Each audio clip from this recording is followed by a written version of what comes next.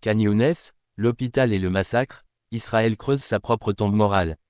La scène est insoutenable. Près de l'hôpital européen de Khan Younes, au sud de Gaza, des corps gisent dans la poussière, certains réduits à l'état de lambeaux, d'autres encore recouverts à la hâte d'un drap, sous les cris d'enfants et les hurlements de familles dévastées.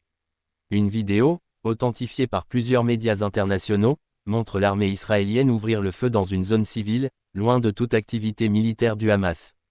Bilan, au moins 28 morts, des civils pour la plupart. Encore une fois, on ne parle plus ici de dommages collatéraux, ni de bavures. Ce qui se joue à Gaza, et particulièrement à Khan Younes, porte un nom précis, un nettoyage ethnique lent, cynique, systématique. Depuis des mois, les frappes israéliennes ciblent écoles, hôpitaux, mosquées et habitations.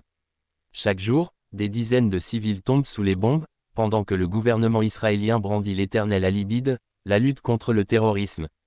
Mais où est le terrorisme, lorsque des mères en pyjama sortent de leur ruine en tenant des enfants morts dans les bras? Où est la légitime défense quand l'armée la mieux équipée du Moyen-Orient tire sur des abris, des ambulances, des convois humanitaires? L'ONU parle de crimes de guerre. Amnesty International évoque des violations massives du droit international humanitaire.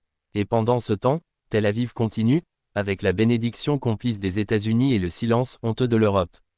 Ce dernier massacre près de l'hôpital européen de Khan Younes n'est pas un accident, il est la suite logique d'une stratégie militaire qui considère chaque Palestinien comme une cible potentielle.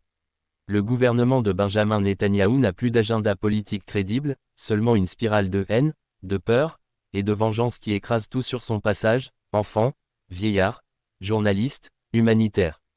On ne peut pas rester neutre face à l'horreur. Le monde qui regarde sans rien dire est complice. L'histoire jugera, et quand elle le fera, elle retiendra que face à un peuple enfermé, affamé, bombardé, l'État d'Israël a choisi de répondre par le feu, et que les puissances occidentales ont détourné les yeux.